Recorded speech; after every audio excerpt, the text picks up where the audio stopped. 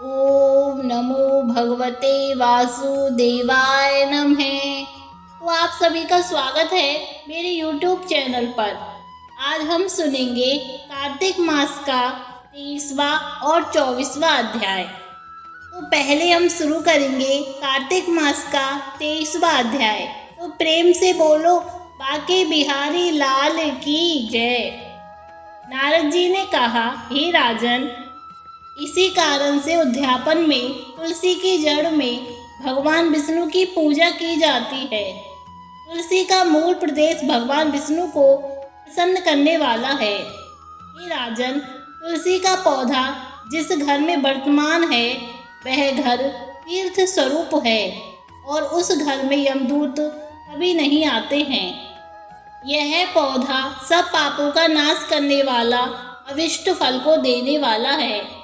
जो मनुष्य तुलसी का पौधा लगाता है वह यमराज को नहीं देखता।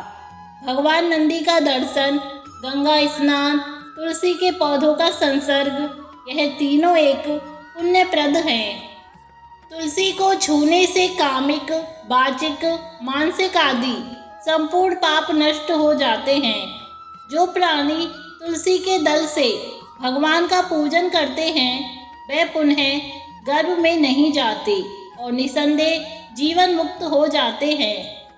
तुलसी के दल में पुष्कर आदि समस्त तीर्थ, गंगा आदि नदियाँ और विष्णु प्रभृति सब देवता निवास करते हैं। तुलसी के पौधे के पास जो अपना प्राण विसर्जन करता है वह चाहे कितना बड़ा पापी क्यों न हो, उसे यमराज नहीं देख सकते।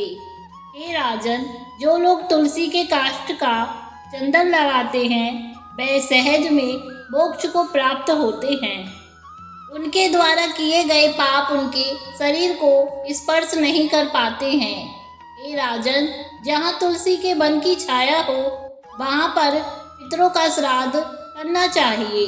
वहाँ पर पितरों के निमित्त दिया हुआ दान हमेशा के लिए अक्षय होता है। आंवले के वृक्ष की छाया में जो प्राणी पिंडदान करते हैं उनके पितर यदि नरक की यातना भी भोग रहे हो तो भी मुक्त हो जाते हैं।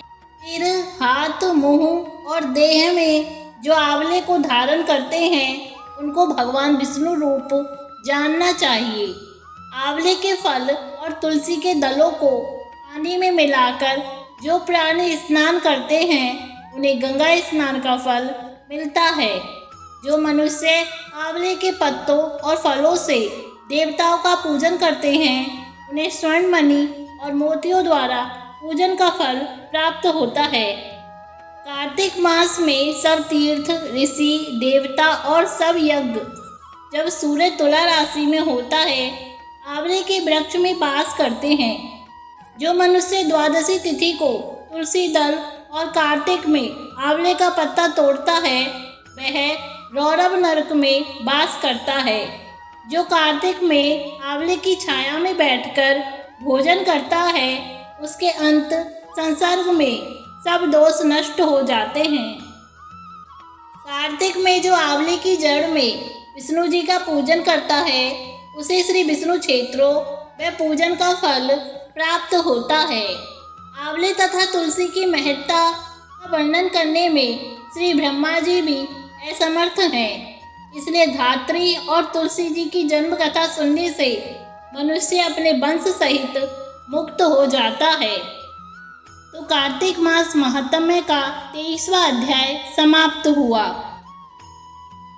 श्रीमन्नारायण नारायण हरि हरि, श्रीमन्नारायण नारायण हरि हरि।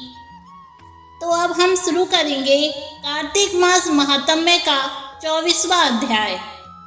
राजा पृथु ने कहा, हे नारद जी, आपने तुलसी के इतिहास, व्रत, महात्म्य के बारे में कहा।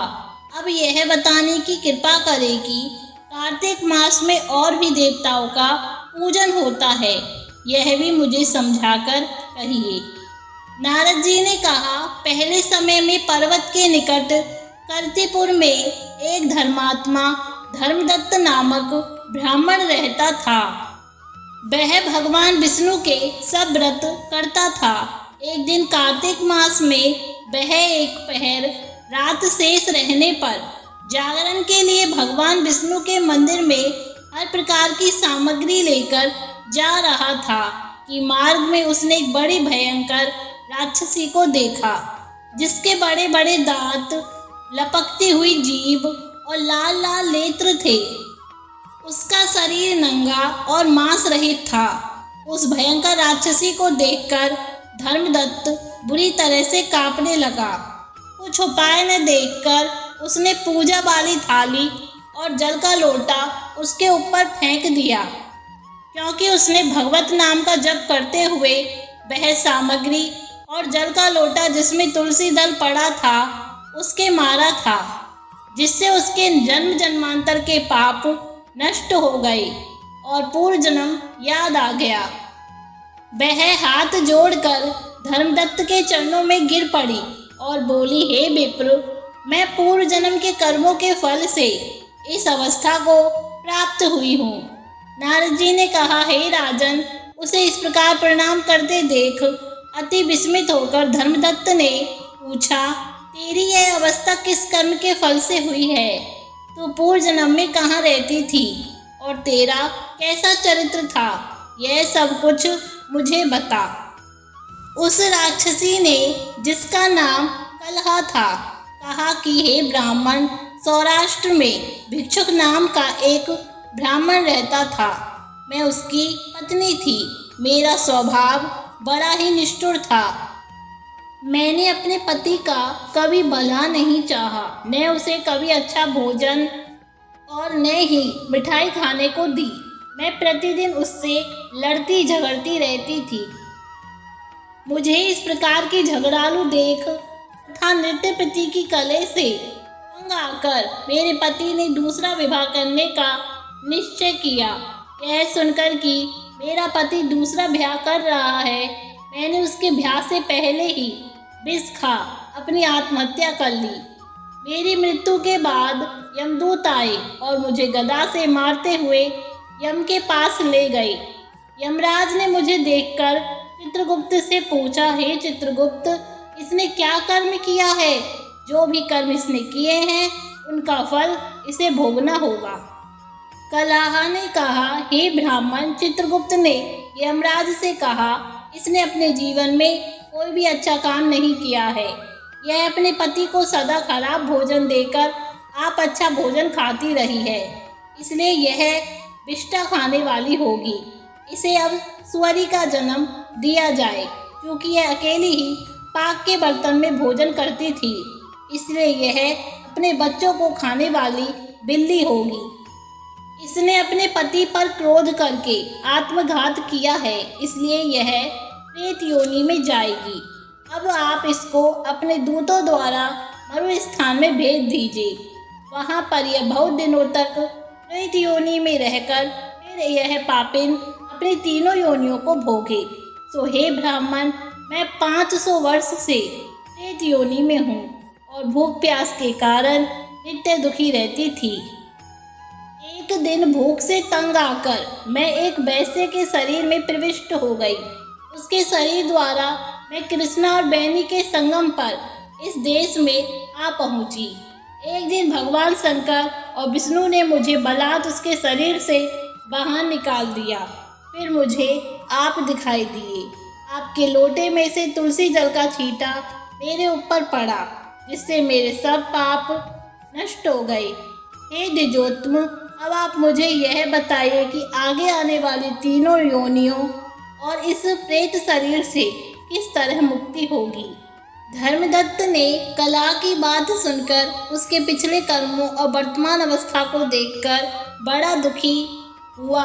उसका दुख देखकर उसका चित्त पिघल गया। फिर उसने दुखित भाव से कहा, तो इस तरह कार्तिक मास महात्म्य का 24वां अध्याय भी समाप्त हुआ। श्रीमन नारायण नारायण हरि हरि, श्रीमन नारायण नारायण हरि हरि।